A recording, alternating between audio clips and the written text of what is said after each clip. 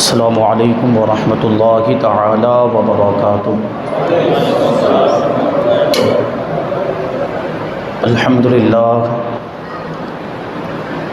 رب العالمین والعاقبۃ للمتقین والصلاۃ والسلام علی سید الانبیاء والمرسلین وعلى آلہ واصحابہ اجمعین، اما بعد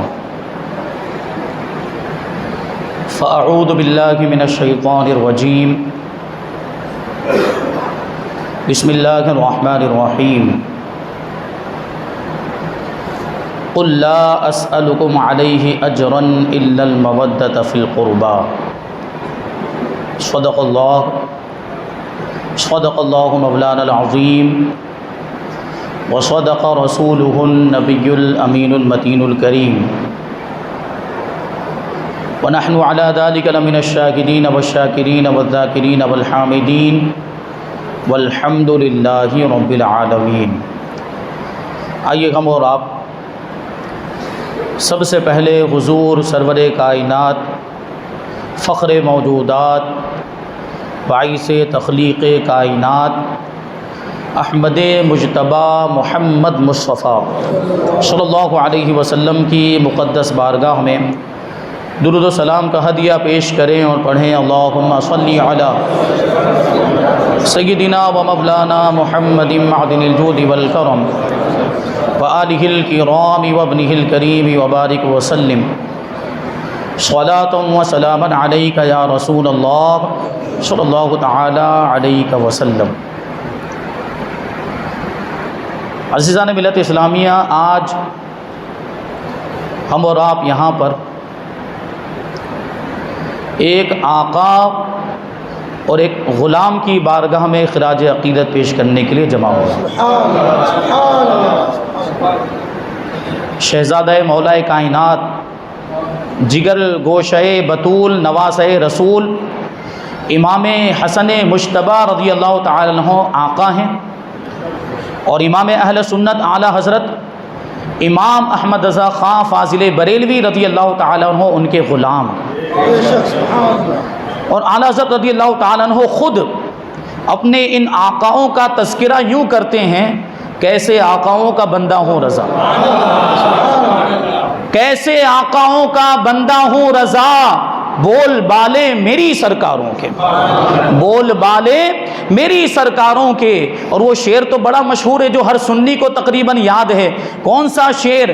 جو آل رسول کے بارے میں امام کہتے ہیں، تیری نسل پاک میں ہے بچہ بچہ نور کا، تیری نسل پاک میں ہے بچہ بچہ نور کا، تو ہے عین نور تیرا سب گھرانہ نور کا۔ تو ہم ایک آقا کی بارگاہ میں خراج عقیدت پیش کرنے کے لیے جمع ہوئے اور ایک غلام کا ذکر کرنے کے لیے جمع ہوئے۔ یقیناً اعلیٰ حضرت رضی اللہ تعالیٰ عنہ غلام صحابہ بھی ہیں اور غلام اہل بیت بھی، اور یہ ہم پر اعتراض کیا جاتا ہے، سوال اٹھاتے ہیں لوگ اور طرح طرح کی باتیں کی جاتی ہے، ویسے تو توجہ نہیں دی جاتی، لیکن آج الحمدللہ یہ کہنے کا موقع ہے جو ہم پر لوگ اعتراض کرتے ہیں کہ غلام کا ذکر کرتے ہیں اور آقا کا ذکر چھوڑ دیتے ہیں، غلام کا ذکر کرتے ہیں اور آقا کا ذکر نہیں کرتے۔ الحمدللہ آج کی اس محفل میں غلام کا بھی ذکر کیا جائے گا اور آقا کا بھی ذکر کیا جائے گا۔ اب کہیں وہ ان کو جو کہنا ہو، اب اگر ان کے پاس کوئی بات بچتی ہو تو کہیں۔ ہم آج انشاءاللہ تبارک و تعالی اعلیٰ حضرت رضی اللہ تعالیٰ عنہ کا بھی ذکر بھی سید صاحب قبلہ تشریف لائیں گے تو ان کی زبان فیض ترجمان سے آپ سماعت کریں گے، اور میں انشاءاللہ تبارک و تعالیٰ آپ حضرات کے سامنے امام حسن مجتبی رضی اللہ تعالیٰ عنہ کے تعلق سے کچھ باتیں عرض کروں گا، تو توجہ کے ساتھ سماعت کریں گے۔ بنیادی طور پر ایک بات میں آپ کو عرض کر دوں، وہ ہم سنیوں کو خاص طور پر ذہن میں رکھنے کی ضرورت ہے۔ وہ کیا ہے؟ ابھی یہ مشہور ہو چکا ہے کہ امام حسن مجتبی رضی اللہ تعالیٰ عنہ کی شہادت کا جو دن ہے وہ 28 صفر ہے، یہ مشہور ہے، جبکہ اہل سنت کی کسی بھی کتاب کے اندر آپ کی شہادت کی یہ تاریخ لکھی ہوئی نہیں۔ 28 صفر المظفر یہ غیروں نے مشہور کیا، اہل سنت کی سنی علماء کی کسی کتاب کے اندر آپ کو نہیں ملے گا کہ 28 صفر المظفر یہ امام حسن مجتبیٰ کا یوم شہادت ہے۔ ہماری کتابوں میں کیا ملتا ہے؟ 5 ربیع الاول۔ ہماری کتابوں میں 5 ربیع الاول امام حسن مجتبیٰ رضی اللہ تعالیٰ عنہ کی شہادت کا دن یہ لکھا ہوا ہے۔ تو ہم تو اپنے علماء کو فالو کریں گے، علماء اہل سنت کی کتابوں میں جو لکھا ہوا ہے اس کے اعتبار سے ہم ان کا دن منائیں گے۔ بہرحال ہمیں امام حسن مجتبیٰ کا ذکر کرنے کے لیے کسی موقع کی، کسی خاص تاریخ کی ضرورت نہیں، ہمیں تو جب بھی فرصت ملتی ہم ان کا ذکر کرتے ہیں، تو ادنا سی نسبت بھی کافی ہے ان کا ذکر کرنے کے لیے۔ اور ربیع الاول کا مہینہ بھی قریب ہے، 5 ربیع الاول کو یوم شہادت ہے، تو اسی مناسبت سے آج ہم اس محفل میں امام حسن مجتبیٰ رضی اللہ تعالی عنہ کے ذکر کو شامل کریں گے۔ اگرچہ ہمارے اعتبار سے 5 ربیع الاول یوم شہادت، یہ بات آپ ذہن میں رکھیں، 28 صفر المظفر یہ امام حسن مجتبیٰ کا یوم شہادت نہیں ہے، یہ غیروں نے مشہور کیا، اور جن غیروں نے مشہور کیا ہے ان کے علماء کے نزدیک بھی یہ معتبر نہیں ہے۔ جن غیروں نے، سیدھی بات کروں، شیعہ لوگوں نے مشہور کیا، اور شیعہ لوگوں کے علماء کی کتابوں کی بھی آپ دیکھیں گے تو وہ بھی اس کو معتبر نہیں مانتے۔ 28 صفر ان کے نزدیک بھی نہیں، ان کے نزدیک 7 صفر المظفر ہے۔ اب اس سے ہمارا کوئی لینا دینا ہی نہیں، ہمیں اس سے کوئی مطلب ہی نہیں، ان کے نزدیک کیا ہے کیا نہیں ہے۔ ہم اپنی کتابوں کو دیکھیں گے، ہم اہل سنت کی کتابوں کو دیکھیں گے تو اس میں 5 ربیع الاول لکھا ہوا ہے۔ تو اسی اعتبار سے انشاءاللہ تبارک و تعالی ہم امام حسن مجتبیٰ رضی اللہ تعالیٰ عنہ کا ذکر کرتے آئے، ذکر کریں گے، انشاءاللہ ذکر کرتے رہیں گے۔ تو آج کی یہ محفل الحمدللہ بڑی ہی مبارک محفل ہے، بڑی برکت والی محفل ہے، کیونکہ شہزادہ مولا کائنات کا ذکر ہونے والا ہے، اور ہمارے سب سے بڑے محسن، ہندوستان والے، بر صغیر والوں کے لیے سب سے بڑے محسن کی حیثیت سے اگر کوئی شخصیت ہے تو وہ اعلیٰ حضرت امام اہل سنت امام احمد رضا خاں فاضل بریلوی رضی اللہ تعالیٰ، ان کا بھی آج ہم ذکر کریں گے انشاءاللہ تبارک و تعالیٰ۔ بات یہ کہی جاتی ہے کہ غریب نواز رضی اللہ تعالیٰ عنہ کلمہ لے کر آئے ہندوستان میں، غریب نواز رضی اللہ تعالیٰ عنہ نے ہمیں ایمان کی دولت عطا فرمائی، اور اس ایمان کی حفاظت اعلیٰ حضرت نے فرمائی۔ جب اسی ایمان پر حملے ہو رہے تھے، جو ایمان ہندوستان میں غریب نواز لے کر آئے تھے، تو ان حملوں کا دندان شکن جواب اگر کسی نے دیا ہے تو وہ بریلی کا احمد رضا ہے۔ تو بہرحال امام حسن مجتبیٰ رضی اللہ تعالیٰ عنہ کا ذکر کریں تو آپ کی ولادت 15 رمضان المبارک 3 ہجری میں ہوئی مدینہ منورہ کے اندر، اور جب 7واں دن آیا، پیدائش کے بعد 7واں دن آیا، تو حضور پاک صلی اللہ علیہ وسلم نے امام حسن مجتبیٰ رضی اللہ تعالیٰ عنہ کا عقیقہ فرمایا، اور اسی دن آپ کا نام بھی رکھا گیا۔ اور نام رکھنے کا واقعہ بھی بڑا دلچسپ ہے۔ کیا ہوا کہ مولا کائنات حضرت علی شیر خدا رضی اللہ تعالیٰ عنہ کو حضور نے بلایا اور ارشاد فرمایا کہ تمہارے یہاں پہ یہ بچہ ہوا تو اس کا کوئی نام رکھو۔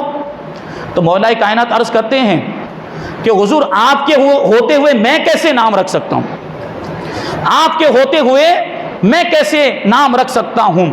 تو حضور پاک صلی اللہ علیہ وسلم نے ارشاد فرمایا کہ میں بھی وہی نام رکھوں گا جو اللہ تبارک و تعالیٰ فرمائے گا۔ اس بچے کا میں بھی وہ نام رکھوں گا جو اللہ تبارک و تعالیٰ فرمائے گا۔ تھوڑی ہی دیر گزری تھی کہ حضرت جبرائیل امین علیہ السلام حضور کی بارگاہ میں حاضر ہوئے اور ارشاد فرمایا کہ حضرت ہارون علیہ السلام نے اپنے دونوں بیٹوں کا نام شبیر اور شبر رکھا تھا، کیونکہ یہ حضرت علی رضی اللہ تعالیٰ عنہ کے بڑے بیٹے، اور اس میں اشارہ بھی تھا کہ ایک دوسرے بیٹے اور ہونے والے ہیں، اور ان کا نام شبیر رکھا جائے گا۔ اور تقریباً 11 مہینے کے بعد امام علی مقام امام حسین رضی اللہ تعالیٰ عنہ کی پیدائش ہوئی۔ تو شبیر اور شبر یہ عبرانی زبان کے الفاظ ہیں۔ عبرانی زبان کے ان الفاظ کو اگر عربی میں کنورٹ کیا جائے اور ان کا عربی میں ترجمہ کیا جائے تو اس کا عربی میں ترجمہ ہوتا ہے حسن اور حسین۔ تو حضور پاک صلی اللہ علیہ وسلم نے امام حسن مجتبیٰ کا نام حضرت ہارون علیہ السلام، حضرت موسیٰ علیہ السلام کے بھائی حضرت ہارون علیہ السلام نے اپنے دونوں بیٹوں کا نام، ایک کا نام شبیر رکھا تھا، دوسرے کا نام شبر رکھا تھا۔ تو بڑے بیٹے کا نام شبر تھا، اس لیے حضور پاک صلی اللہ علیہ وسلم نے مولا کائنات کے بڑے بیٹے حضرت خاتون جنت کے بڑے بیٹے امام حسن مجتبیٰ کا نام بھی شبیر کے اوپر حسن رکھا۔ اور اسی وجہ سے کبھی اصل کا اعتبار کرتے ہوئے دونوں شہزادوں کو شبیر و شبر بھی کہا جاتا ہے. کہتے کہ نہیں کہتے ہیں؟ وہ اصل کا اعتبار کرتے ہوئے حضرت ہارون علیہ السلام کے دونوں بیٹوں کا نام شبیر اور شبر تھا. اب کیا ہوا، حضور پاک صلی اللہ علیہ وسلم نے عقیقہ بھی فرمایا اور 7ویں دن حضرت امام حسن مجتبی رضی اللہ تعالیٰ عنہ کے بال اتارنے کے بعد ان بالوں کے وزن کے برابر چاندی کو صدقہ کرنے کا حکم دیا. یہ سنت ہے، اس سنت پر عمل کرے. جو بیکار فضول کی جو رسمیں ہمارے درمیان آ گئی ہمارے معاشرے میں، اور جو خرافات اور چھٹی منائی جاتی ہے، اس میں کیا کیا ہوتا ہے آپ لوگوں کے سامنے یہ ساری چیزیں. اگر سنت کے مطابق یہ 7واں دن اگر منانا ہے تو اس کا طریقہ یہ ہے کہ 7ویں دن عقیقہ کیا جائے، 7ویں دن بچے کا نام رکھا جائے اور اس کے بال اتار کر اس کے وزن کے مطابق چاندی غریبوں میں فقیروں میں تقسیم کی جائے. یہ حضور پاک صلی اللہ علیہ وسلم کی سنت ہے.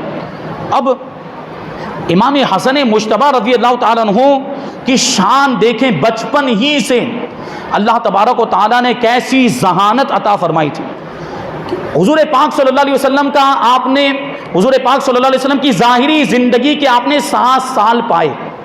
امام حسن مجتبی رضی اللہ تعالیٰ عنہ نے 7 سال تک حضور پاک صلی اللہ علیہ وسلم کا سایہ عاطفت پایا، اور تقریباً 8 سال تک یا 7.5 سال تک خاتون جنت حضرت بی بی فاطمہ رضی اللہ تعالی عنہا کا سایہ پایا، ظاہری سایہ. اور 37 سال تک مولا کائنات شیر خدا رضی اللہ تعالیٰ عنہ کی تربیت نصیب ہوئی. 37 سال تک، کیونکہ آپ 7 سال کے تھے تب حضور پاک صلی اللہ علیہ وسلم کا وصال ہو گیا، 7 سال اور کچھ مہینے. اور پھر حضور کے 6 مہینے کے بعد خاتون جنت کا بھی وصال ہو گیا. لیکن مولا کائنات کی صحبت آپ نے 37 سال تک پائی ہے، اور مولا کائنات نے 37 سال تک آپ کی تربیت فرمائی. تو بتانا یہ چاہتا ہوں کہ بچپن ہی سے ولایت کے آثار ظاہر ہونے لگ گئے تھے، نمودار ہونے لگ گئے تھے. اور امام حسن مجتبی کی شان یہ ہے کہ بچپن ہی میں 7 سال کی عمر میں ہی آپ نے بہت ساری حدیثیں بھی یاد کر لی تھی. روایتوں میں آیا ہے کہ 13 حدیثیں آپ سے مروی ہیں. کتنی حدیثیں؟ 13. جبکہ حضور پاک صلی اللہ علیہ وسلم کے ظاہری زمانے میں آخری وقت کو بھی اگر آپ لیں تو 7 سال کی عمر تھی. 7 سال کے بچے، ہمارا آپ کا بچہ ہو تو اسے کیا سمجھ میں آتا ہے؟ وہ کیا حدیث یاد کر پائے گا؟ وہ بھی 13 حدیثیں. لیکن یہ امام حسن مجتبی رضی اللہ تعالیٰ عنہ کی شان، اللہ تبارک و تعالیٰ نے بچپن ہی سے وہ ذہانت عطا فرمائی تھی کہ امام حسن مجتبی نے 13 حدیثیں رسول پاک صلی اللہ علیہ وسلم کی زبانی یاد کر لی تھی، اور دوسروں کو سناتے تھے، روایت بھی کرتے تھے. یہ تو حدیثوں کی بات ہوئی. ایک بہت پیاری بات میں آپ کو بتاؤں. امام حسن مجتبی رضی اللہ تعالیٰ عنہ جب تک حضور پاک صلی اللہ علیہ وسلم رہے تو حضور سے آپ کو بڑا قرب حاصل تھا، حضور سے بڑے قریب رہتے تھے. جب بھی موقع ملتا حضور کی بارگاہ میں پہنچ جاتے تھے. اسی لیے تو آپ نے وہ واقعات سنے ہیں امام حسن اور امام حسین رضی اللہ تعالیٰ عنہما کے بارے میں، کہ حضور پاک صلی اللہ علیہ وسلم نماز پڑھ رہے ہوتے، سجدے کی حالت میں ہوتے، اور حضرات حسنین کریمین آ کر آپ کی پیٹھ پر سوار ہو جایا کرتے تھے. اور حضور پاک صلی اللہ علیہ وسلم سجدے سے اس وقت تک سر نہیں اٹھاتے تھے جب تک کہ یہ دونوں شہزادے خود ہی آپ کی پشت اقدس سے اتر نہیں جاتے تھے. یعنی انتظار فرماتے تھے، سجدے کو لمبا کر دیا کرتے تھے، کیونکہ اگر شہزادے پیٹھ پر ہوں اور سجدے سے سر اٹھا لیں تو شہزادے گر جائیں، اور گر جانے کی وجہ سے ان کو کوئی تکلیف نہ پہنچ جائے. اس لیے حضور پاک صلی اللہ علیہ وسلم سجدے کو لمبا کر دیا کرتے تھے. وہ حضور شیخ الاسلام کا جو شعر ہے وہ کیا فرماتے ہیں علامہ مدنی میاں مدظلہ العالی، کہ سبت نبی ہیں پشت نبی پر، سبت نبی ہیں پشت نبی پر اور سجدے کی حالت ہے، سبت نبی ہے پشت نبی پر اور سجدے کی حالت ہے، آقا نے تسبیح بڑھا دی بیٹا ہی کچھ ایسا. آقا نے تسبیح بڑھا دی بیٹا ہی کچھ ایسا ہے. اور کبھی کبھی تو ایسا ہوتا کہ امام حسن مجتبی رضی اللہ تعالیٰ عنہ مسجد نبوی میں آتے، حضور پاک صلی اللہ علیہ وسلم نماز پڑھ رہے ہوتے، رکوع کی حالت میں ہوتے. تو بچپن کا عالم، بچپن میں بچوں کا حال کیا ہوتا ہے. تو امام حسن مجتبی رضی اللہ تعالیٰ عنہ حضور پاک صلی اللہ علیہ وسلم کے دونوں قدموں کے بیچ میں داخل ہو جاتے تھے.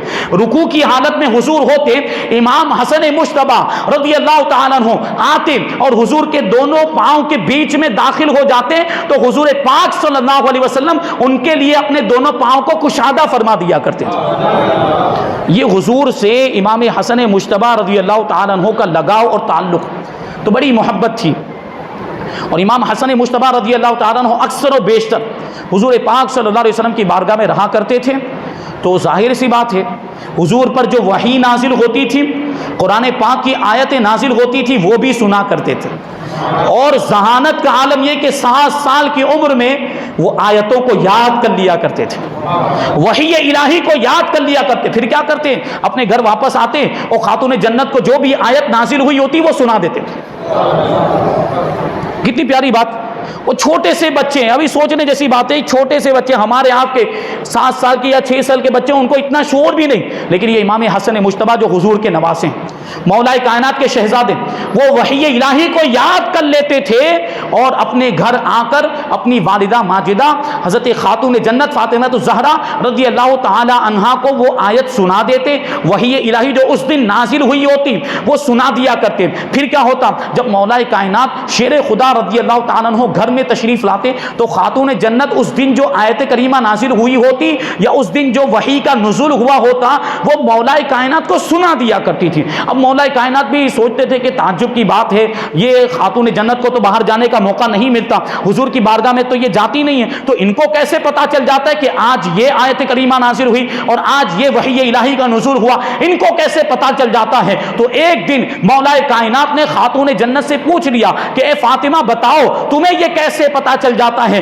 کہ آج کون سی آیت نازل ہوئی، آج کون سی سورت نازل ہوئی، آج کون سی وحی الہی کا نزول ہوا ہے؟ تو خاتون جنت رضی اللہ تعالی عنہا نے عرض کیا کہ حسن حضور کی بارگاہ میں جاتے ہیں اور حضور کی بارگاہ میں جو بھی آیتیں نازل ہوئی ہوتی ہے یا جو بھی وحی الہی کا نزول ہوا ہوتا ہے وہ یاد کر کے آتے ہیں اور یاد کر کے میرے پاس آ کر مجھے سنا دیا کرتے ہیں. تو اس طریقے سے مجھے پتا چل جاتا ہے کہ آج کون سی آیت نازل ہوئی اور آج کون سی سورت نازل ہوئی ہے اور آج کون سی وحی الہی کا نزول ہوا ہے. مولا کائنات نے جب یہ سنا تو بہت خوشی ہوئی اور آپ نے ارادہ کیا کہ میں بھی اس چیز کو آزماؤں گا کہ حسن کس طریقے سے یاد کر کے آتے ہیں اور کس طریقے سے آپ کو سناتے ہیں، ایک دن میں بھی اس کو دیکھوں گا. لیکن چونکہ باپ کا ایک روب و دبدبہ ہوتا ہے، مولا کائنات کو اس چیز کا احساس تھا کہ اگر میں ڈائریکٹ پوچھوں گا، اگر میں بالواسطہ بالمشافہ پوچھ لوں گا تو حسن گھبرا جائیں گے اور حسن میرے سامنے پڑھ نہیں پائیں گے. تو کیا ہوا؟ دوسرے دن حضرت مولا کائنات شیر خدا رضی اللہ تعالیٰ عنہ مکان کے اندر ہی ایک جگہ پر چھپ کر بیٹھ گئے کہ ابھی حسن آئیں گے اور خاتون جنت کو آیتیں سنائیں گے تو میں بھی سنوں گا.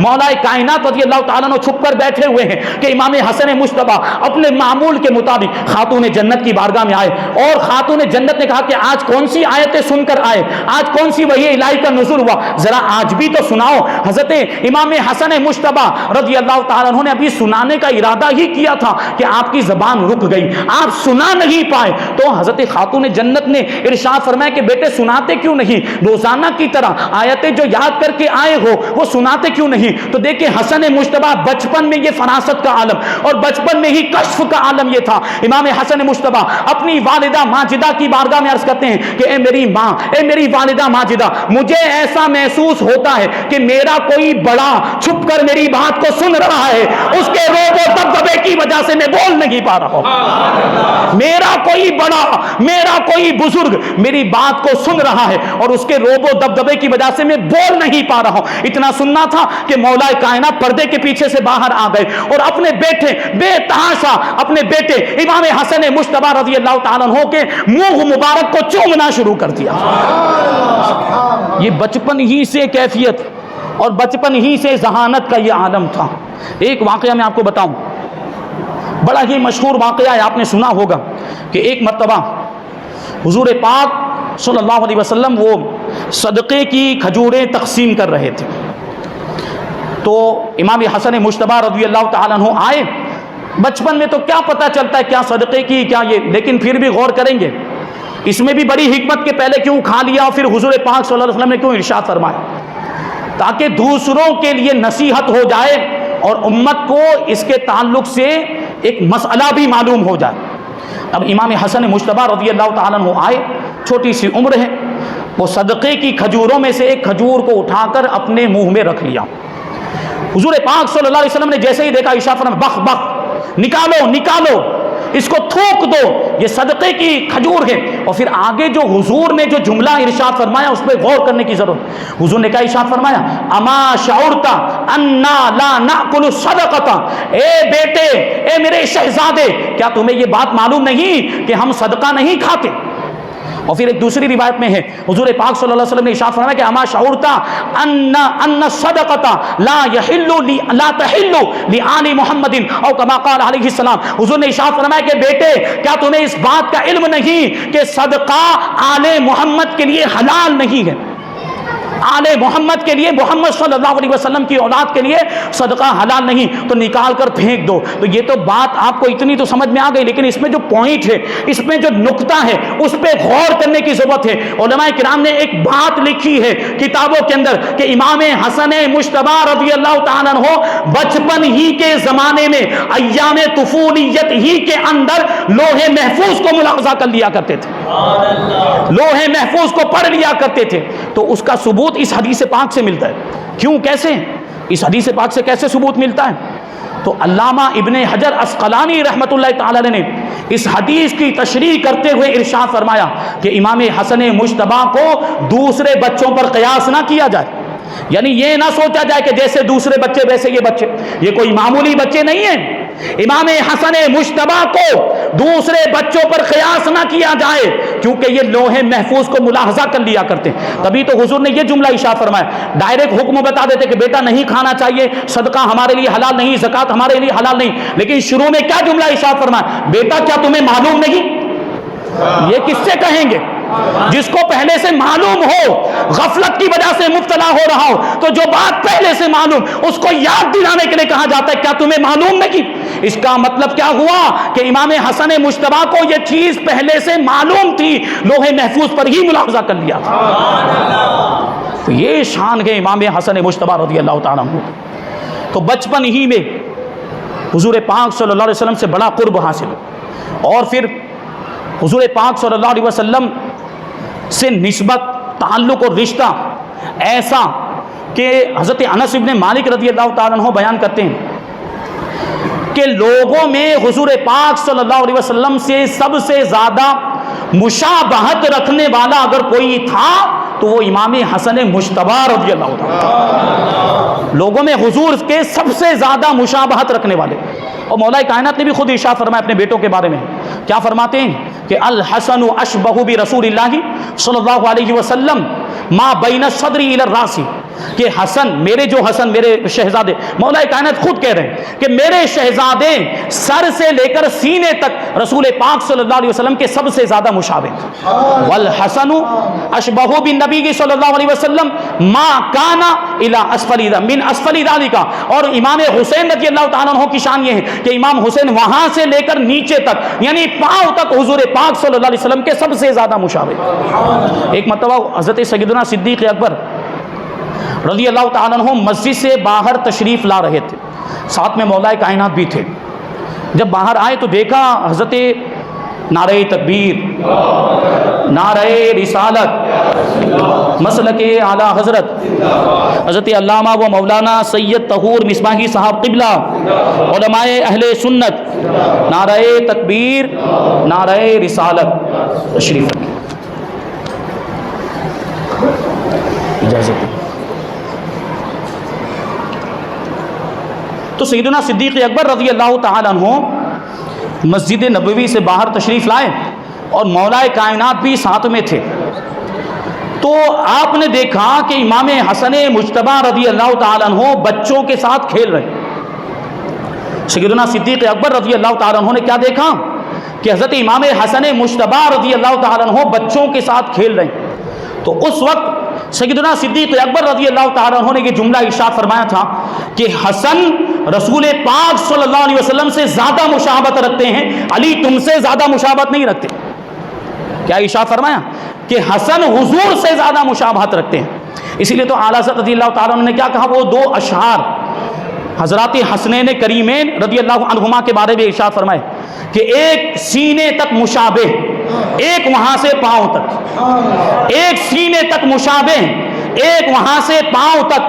حسن سبتین ان کے جاموں میں ہے نیما نور کا، حسن سبتین ان کے جاموں میں ہے نیما نور کا، یعنی حضرت حسن مجتبی رضی اللہ تعالیٰ عنہ سینے تک حضور کے مشابہ، اور امام علی مقام امام حسین رضی اللہ تعالیٰ عنہ وہاں سے لے کر پاؤں تک حضور پاک صلی اللہ علیہ وسلم کے مشابہ۔ اور کیا فرماتے دوسرے مصرے میں کہ حسن سبتین ان کے جاموں میں ہے نیما نور کا۔ جامہ مطلب کپڑا، جامے کا مطلب ہوتا ہے لباس، اور نیما کا مطلب یہ ہوتا ہے کہ وہ لباس جو آدھے جسم پر پہنا جائے، جو آدھے جسم کو ڈھانپ لے، جو آدھے جسم پر آ جائے، جیسے کہ وہ کوٹی پہنی جاتی، جیسے کہ صدری اور واسکوٹ وغیرہ پہنا جاتا ہے، اور اسی طریقے سے دوسرا کوئی لباس جو آدھے جسم کو ڈھانپ لے اس کو نیما کہا جاتا ہے۔ تو اس کا مطلب کیا ہوا؟ امام اہل سنت اعلی حضرت رضی اللہ تعالیٰ عنہ کہتے ہیں کہ ایک سینے تک مشابہ، ایک وہاں سے پاؤں تک حسن سبتین ان کے جاموں میں ہے نیما نور کا۔ ان کو رسول پاک صلی اللہ علیہ وسلم کے نور کا لباس ملا ہے، وہ نور کا لباس امام حسن مجتبی رضی اللہ تعالیٰ عنہ کے سینے تک آتا ہے اور امام حسین رضی اللہ تعالیٰ عنہ کے پاؤں تک آتا ہے۔ نعرہ تکبیر، نعرہ رسالت، نعرہ حیدری، حضرت اعلیٰ حضرت، اہل سنت۔ اور دوسرا شعر کیا ہے؟ کہتے ہیں کہ صاف شکل پاک ان دونوں کے ملنے سے ہے عیاں، یعنی شکل پاک حضور پاک صلی اللہ علیہ وسلم کی شکل پاک، صاف شکل پاک ان دونوں کے ملنے سے ہے عیاں۔ اب سوچیں کہ ایک سینے تک مشابہ، ایک وہاں سے پاؤں تک، اب جب دونوں کو ملا دیا جائے تو رسول پاک صلی اللہ علیہ وسلم کا سراپا بن جائے گا کہ نہیں بن جائے گا؟ شکل پاک بن جائے گی۔ کہتے ہیں کہ صاف شکل پاک ہے ان دونوں کے ملنے سے عیاں، خط توأم میں لکھا ہے یہ دو ورقہ نور کا، خط توأم میں لکھا ہے یہ دو ورقہ نور کا۔ اب یہ خط توأم کیا ہوتا ہے اور اس کا مطلب کیا ہوتا ہے؟ تم اس کو آپ کو سمجھاؤ تو بات واضح ہو جائے گی اور ایمان تازہ ہو جائے گا۔ خط توأم کا مطلب یہ ہوتا ہے کہ دو کاغذ کے ٹکڑے لیے جائیں یا ایک ہی کاغذ کے دو ٹکڑے کر دیے جائیں اور اس میں کوئی بھی مضمون اس انداز میں لکھا جائے کہ آدھا مضمون ادھر ہو اور آدھا مضمون دوسرے کاغذ کے ٹکڑے پر ہو، اور اس کی حالت اور کیفیت یہ ہو کہ جب تک ان دونوں کاغذ کے ٹکڑوں کو آپس میں ملایا نہ جائے وہاں تک وہ مضمون سمجھ میں نہ آئے۔ اس لیے کہتے ہیں خط توأم میں لکھا ہے یہ دو ورقہ نور کا، دونوں کو ملانے سے مضمون سمجھ میں آ جاتا ہے، رسول پاک صلی اللہ علیہ وسلم کی شکل پاک ظاہر ہو جایا کرتی ہے۔ یہ شان ہے دونوں شہزادوں کی۔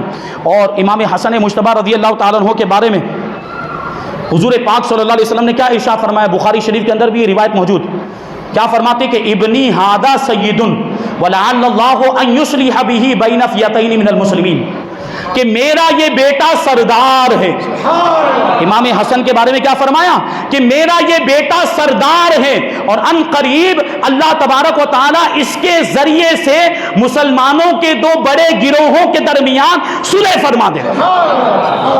اور وہ واقعہ آپ کو معلوم ہونا چاہیے، وہ صلح کا واقعہ حضرت امیر معاویہ رضی اللہ تعالیٰ عنہ کو آپ نے جو خلافت سونپ دی اور آپ خود ان کے حق میں خلافت سے دستبردار ہو گئے تو کتنی بڑی جنگ ٹل گئی اور کتنی بڑی خوریزی ٹل گئی، جبکہ امام حسن مجتبی رضی اللہ تعالیٰ عنہ کے دستے مبارک پر 40,000 لوگوں نے جان قربان کرنے کی بیعت کی تھی کہ آپ کے نام پر جان قربان کر دیں گے۔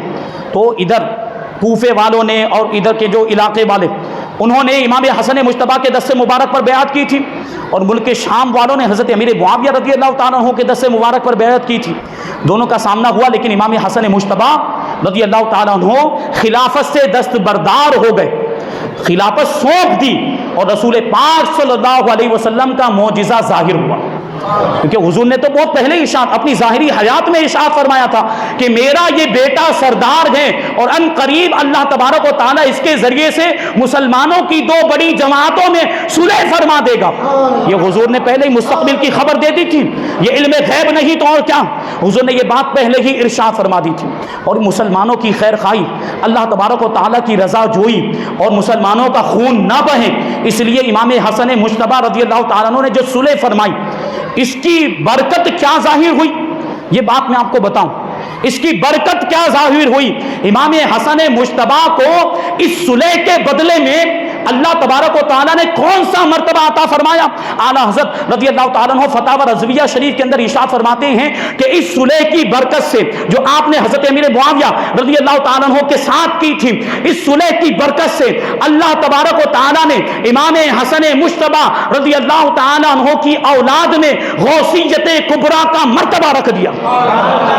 قطبیت کبریٰ اور غوثیت کبریٰ کا منصب آپ کی اولاد میں رکھ دیا گیا کہ سب سے پہلے قطب اکبر اور سب سے پہلے غوث اعظم خود امام حسن مجتبی رضی اللہ تعالیٰ عنہ، اور بیچ والے غوث اعظم سیدنا شیخ عبد القادر جیلانی رضی اللہ تعالیٰ عنہ، اور آخری غوث اعظم حضرت امام مہدی رضی اللہ تعالیٰ عنہ۔ پوری امت میں 3 ہی غوث اعظم ہیں، پوری امت میں 3 ہی قطب اکبر ہیں۔ سب سے پہلے غوث اعظم خود امام حسن مجتبی رضی اللہ تعالیٰ عنہ، بیچ والے غوث اعظم سیدنا عبد القادر غوث اعظم رضی اللہ تعالیٰ عنہ، اور آخر والے غوث اعظم حضرت امام مہدی رضی اللہ تعالیٰ عنہ، وہ بھی امام حسن کی اولاد میں سے ہوں گے، اور ہمارے غوث پاک رضی اللہ تعالیٰ عنہ بھی امام حسن ہی کی اولاد میں سے۔ تو یہ اس صلح کی برکت تھی، یہ اس صلح کی برکت تھی کہ جس صلح کی برکت سے اللہ تبارک و تعالیٰ نے آپ کو اور آپ کی اولاد کو غوثیت کبریٰ کا منصب عطا فرمایا۔ اب غور کرنے جیسی بات ہے، وہ لوگ جو حضرت امیر معاویہ رضی اللہ تعالیٰ عنہ پر اعتراض کرتے ہیں، ان کی شان میں گستاخیاں کرتے ہیں، وہ سوچے تو صحیح کہ ان کا اعتراض کہاں جا رہا ہے۔ یہی تو بات ہوئی نا کہ جو حضرت امیر معاویہ پر اعتراض کر رہے ہیں وہ گویا کہ امام حسن مجتبی پر اعتراض کر رہے ہیں، اور یہی وجہ آپ دیکھیں گے، یہی وجہ آپ غور کریں، یہ شیعہ اور رافضی لوگ ہیں، یہ امام حسن مجتبی کا اتنا ذکر نہیں کرتے جتنا امام حسین کا کرتے ہیں، جبکہ یہ بھی تو اہل بیت میں سے ہیں، جب یہ بھی تو پنجتن پاک میں شمار ہوتے ہیں، اہل بیت میں شمار ہے کہ نہیں؟ تو اہل بیت کی محبت کا دعویٰ کرنے والے امام حسن کا ذکر اتنا کیوں نہیں کرتے؟ تکلیف ہے ان کو، درد ہوتا ہے، کیوں صلح کر لی تھی، کچھ کہہ نہیں سکتے، زبان سے گستاخی نہیں کر سکتے، ورنہ ان کے خود کے لوگ ان کو مارے پیٹے ہیں، لیکن پھر بھی وہ دل میں کچھ نہ کچھ تو معاملہ ہے جس کی وجہ سے امام حسن مجتبی کا ذکر اس انداز میں نہیں کرتے جس انداز میں ان کو کرنا چاہیے، اسی صلح کی وجہ سے۔ اور ہم اور آپ، وہ جملہ اکثر میں کہتا رہتا ہوں کہ ہمارے آپ کے لیے اہل بیت نبوت کے ان دونوں شہزادوں کا عمل دلیل ہے، ان دونوں شہزادوں کا عمل ہمارے لیے کیا ہے؟ دلیل۔ تو وہ جملہ کیا ہے؟ وہ جملہ یہ کہا جاتا ہے کہ جن سے امام حسن مجتبی رضی اللہ تعالیٰ عنہ نے صلح کر لی ان سے ہماری کوئی جنگ نہیں، اور جس یزید سے امام علی مقام امام حسین نے جنگ کی اس یزید سے ہماری کوئی صلح نہیں۔ یہ اہل سنت و جماعت کا مذہب ہے، یہ اہل سنت و جماعت کا ہی عقیدہ ہے، تو اسی پر قائم رہیں، یہی نجات کا ذریعہ ہے۔ یہ جو بہکانے والے آج کل بازار میں آ گئے ان کے بہکاوے میں نہ آئیں، علماء اہل سنت سے قریب رہیں، ان کی باتیں سنیں اور اس پر عمل کریں۔ بہرحال کچھ باتیں عرض کر کے اپنی بات کو ختم کرو، سید صاحب کا بھی وقت ہے، سید صاحب کو بھی ابھی آپ کو سماعت کرنا ہے، بڑی اچھی گفتگو فرماتے ہیں، تو ابھی آپ ان کو بھی سنیں گے۔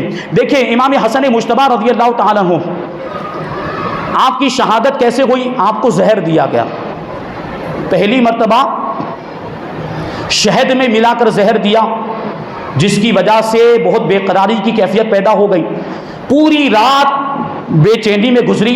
صبح کے وقت حضرت امام حسن مجتبی رضی اللہ تعالیٰ عنہ اپنے نانا جان سرکار اقدس صلی اللہ علیہ وسلم کے روزے پر حاضر ہوئے، اپنی تکلیف بیان کی، حضور کے وسیلے سے دعا کی، تکلیف دور ہو گئی۔ لیکن ظالموں نے اسی پر بس نہیں کیا، دوسری مرتبہ بھی زہر دیا، 6 مرتبہ زہر دیا گیا ہے۔ کتنی مرتبہ؟ 6 مرتبہ زہر دیا گیا۔ دوسری مرتبہ کھجور میں ملا کر دیا گیا، 6-7 کھجوریں ہی ابھی کھائی تھی کہ وہ گھبراہٹ کی کیفیت پیدا ہوئی۔ حضرت امام حسین رضی اللہ تعالیٰ عنہ کے مکان پر تشریف لے گئے، پوری رات اسی طرح بے قراری میں گزری۔ صبح پھر اللہ کے رسول صلی اللہ علیہ وسلم کی بارگاہ میں حاضر ہوئے، پھر دعا کی، پھر سے اس کا اثر ختم ہو گیا۔ 5 مرتبہ ایسا ہی ہوا، 5 مرتبہ زہر کا اثر جاتا رہا، لیکن 6ٹھی مرتبہ لوگوں نے کیا کیا؟ ظالموں نے کیا کیا؟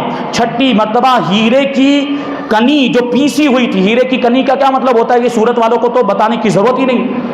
ہیرے کو جب گھسا جاتا ہے، جب اس کو پالش کیا جاتا ہے تو اس کا برادہ نکلتا ہے، پاؤڈر، وہ پاؤڈر سراہی میں ڈال دیا گیا۔ امام حسن مجتبی رضی اللہ تعالیٰ عنہ کی سراہی، وہ جو جگ نما ایک برتن ہوتا ہے جس میں پانی رکھا جاتا ہے، اس کے اندر وہ ہیرے کی کنی کو ڈال دیا، ہیرے کے پاؤڈر کو، ہیرے کے برادے کو ڈال دیا۔ ابھی آپ غور کریں، اگر کانچ کو پیس دیا جائے اور کانچ کو پیسنے کے بعد اگر ہم اپنے چمڑی پر ایسے رگڑیں تو تکلیف ہوتی کہ نہیں ہوتی؟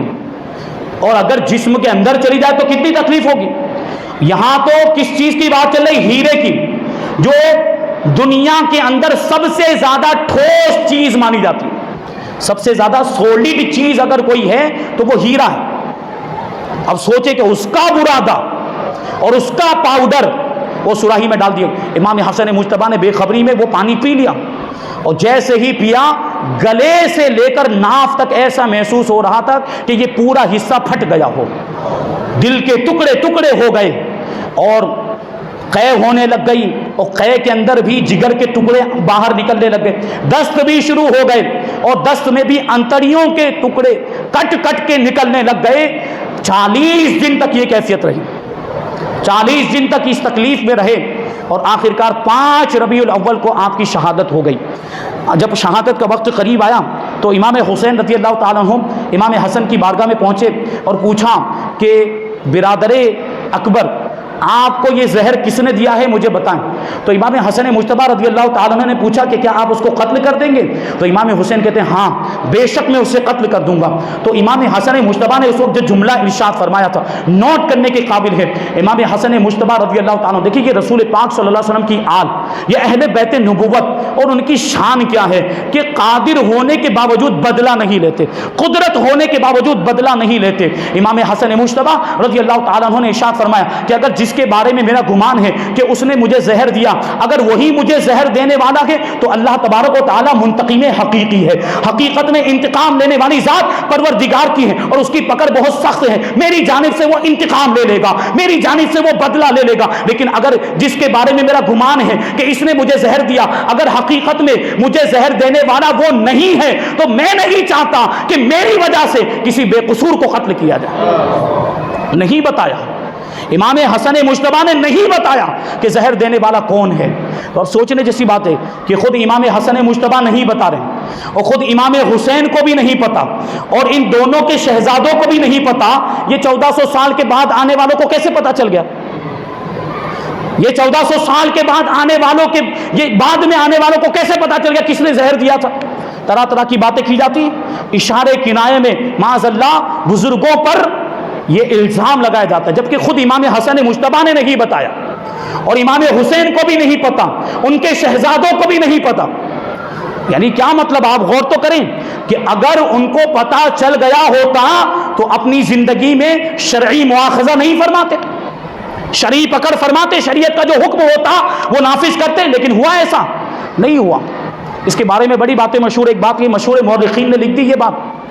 دیکھیں تاریخ کی روایتیں وہ حیثیت نہیں رکھتی کہ کوئی اس کے ذریعے سے شرعی حکم نافذ کیا جائے. تاریخ کی روایتوں سے یہ شریعت کا کوئی حکم ثابت نہیں ہوتا. تو کسی انسان پر قاتل ہونے کا الزام لگانا، وہ بھی صرف تاریخ کے روایتوں کی وجہ سے، تاریخ کے اندر جو ہے مورخین نے جو بیان کیا اس کے مطابق، تو مورخین نے معاذ اللہ اس کی نسبت حضرت امام حسن مجتبیٰ رضی اللہ تعالیٰ عنہ کی ایک زوجہ محترمہ جعدہ بنت اشعث ابن قیس کی طرف کی، اور ان کو امام حسن مجتبیٰ کی بیوی بتایا کہ امام حسن مجتبیٰ کی بیوی تھی، اور انہوں نے امام حسن مجتبیٰ کو زہر دیا تھا. اور یزید کے کہنے پر کہ یزید نے اس کو لالچ دی تھی کہ اگر امام حسن مجتبیٰ کو تم نے زہر دے دیا تو میں تم سے نکاح کر لوں گا، اس نے یہ لالچ دی تھی. بہرحال یہ چیز منسوب کی گئی. حضور صدر الافاضل حضرت علامہ نعیم الدین مراد آبادی رحمۃ اللہ تعالی اس کے بارے میں فرماتے ہیں کہ واقعات کی تحقیق واقعات کے رونما ہونے کے زمانے میں جیسی ہو سکتی ہے ویسی بعد میں نہیں ہو سکتی. جب وہ واقعہ پیش آیا اس وقت اس کی تحقیق ہو، اس کی الگ حیثیت ہوگی. بعد میں تو کوئی کچھ بھی کہہ سکتا ہے، بعد میں تو کوئی کچھ بھی منسوب کر سکتا ہے. تو سوچیں کہ جب امام حسین کو نہیں پتا تو بعد والوں کو کیسے پتا چل گیا؟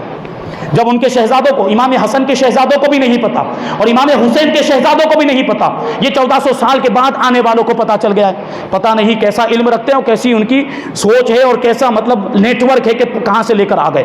اور دوسری بات یہ جو حضور صدر الافاضل نے بتائی، آخری بات بیان کر کے میں رخصت ہو جاؤں، وہ لکھا کہ امام حسن مجتبیٰ رضی اللہ تعالیٰ عنہ کی طرف نسبت کرتے ہوئے کہا جاتا ہے کہ وہ زیادہ امام حسن کی بیوی تھی.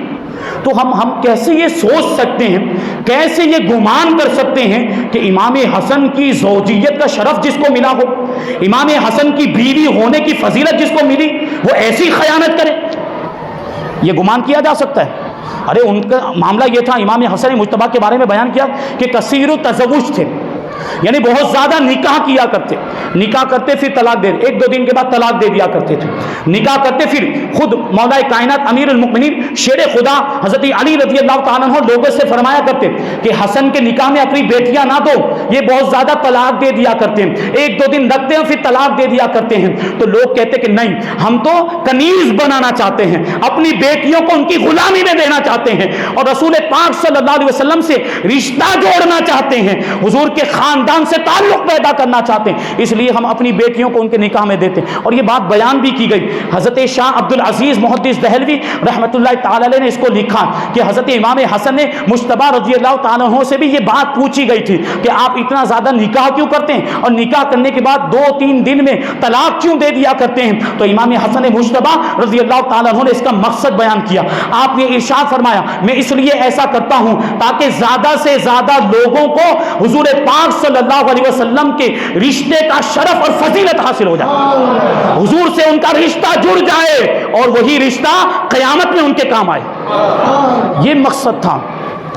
تو اب سوچیں، وہ جو اب اس کی یہ بات مشہور تھی، یہ بات مشہور ہونے کے بعد چلو ماں باپ تو کروا رہے رشتہ جوڑنے کے لیے، بیٹیاں تو انکار کر سکتی تھی، نہیں، بیٹیاں بھی کنیز بننے کے لیے تیار، اور جن کو طلاق دے دیتے تھے وہ بھی کوئی اعتراض نہیں کرتی، بس 1-2 دن کا ہی شرف، یہ شرف بھی پوری زندگی گزارنے کے لیے کافی ہو جایا کرتا تھا، وہ پوری زندگی حضرت امام حسن مجتبیٰ رضی اللہ تعالیٰ عنہ کی یاد میں اور آپ کی محبت میں اکیلے ہی گزار دیا کرتی تھی، دوسرے کسی سے شادی نہیں کرتی تھی، دوسرے کسی سے نکاح نہیں کرتی تھی، کیونکہ ان کو یہ فضیلت مل گئی۔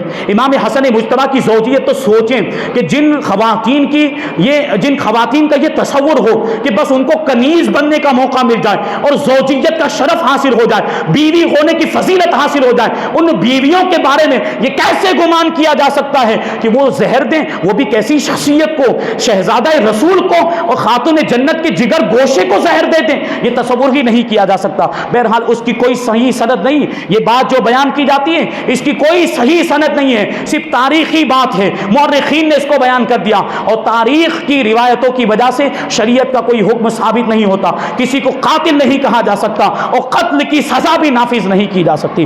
بہرحال امام حسن مجتبیٰ رضی اللہ تعالیٰ عنہ کا وصال ہوا، 5 ربیع الاول کو آپ کی شہادت ہوئی، 49 ہجری میں یا 50 ہجری میں آپ کی شہادت ہوئی، اور حضرت سعید ابن عاص رضی اللہ تعالیٰ عنہ نے امام حسین رضی اللہ تعالیٰ عنہ کے کہنے پر ہی آپ کی نماز جنازہ پڑھائی، اور امام حسن مجتبیٰ رضی اللہ تعالیٰ عنہ کو جنت البقیع میں خاتون جنت حضرت بی بی فاطمہ الزہرا رضی اللہ تعالیٰ عنہا کے پہلو میں دفن کیا گیا۔ اللہ تبارک و تعالیٰ کی بارگاہ میں دعا ہے کہ جو کچھ بھی بیان ہوا اس پر ہم سب کو عمل کرنے کی توفیق عطا فرمائے، اہل بیت اطہار سے بھی محبت کرنے کی توفیق عطا فرمائے، اور صحابہ کرام سے بھی محبت کرنے کی توفیق عطا فرمائے، مذہب اہل سنت و جماعت مسلک اعلیٰ حضرت پر ہم سب کو قائم و دائم رکھے اور اسی پر ہم سب کا خاتمہ فرمائے۔